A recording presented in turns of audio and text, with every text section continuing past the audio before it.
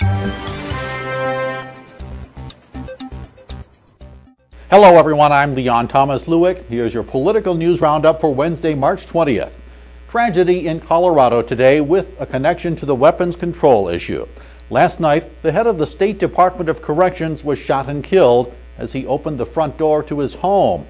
58-year-old Tom Clements lived with his family near Colorado Springs.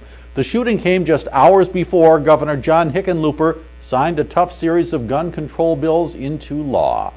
Those laws require background checks for all gun ownership transfers, and they limit ammo magazines to 15 rounds. Police are still searching for a suspect in the Clements shooting. In Washington, we learned that a ban on assault weapons will not be part of the gun control legislation working its way through Congress. Senate Majority Leader Harry Reid said the ban on assault weapons, as well as high-capacity magazines, won't be included in the package of gun laws. Insiders said the measure stood no chance of passage.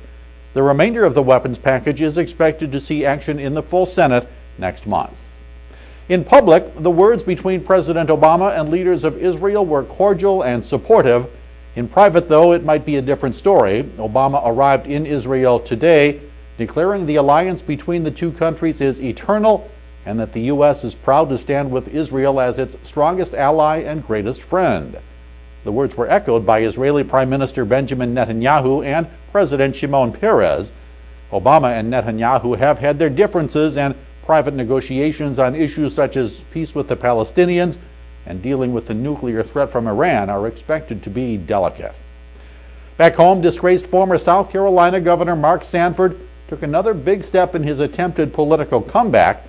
Sanford finished first among 16 Republican candidates yesterday in the 1st Congressional District's primary election. He'll face fellow Republican Curtis Bostick in an April 2nd runoff. Sanford left the governor's office in scandal after he was found to have been with a mistress in Argentina. The runoff winner will face Democrat Elizabeth Colbert Bush. She's the older sister of TV's Comedy Central host Stephen Colbert. They're vying for a seat in Congress vacated with the naming of Tim Scott to a vacant seat in the Senate. That's your political news roundup for Wednesday, March 20th. I'm Leon Thomas Lewick.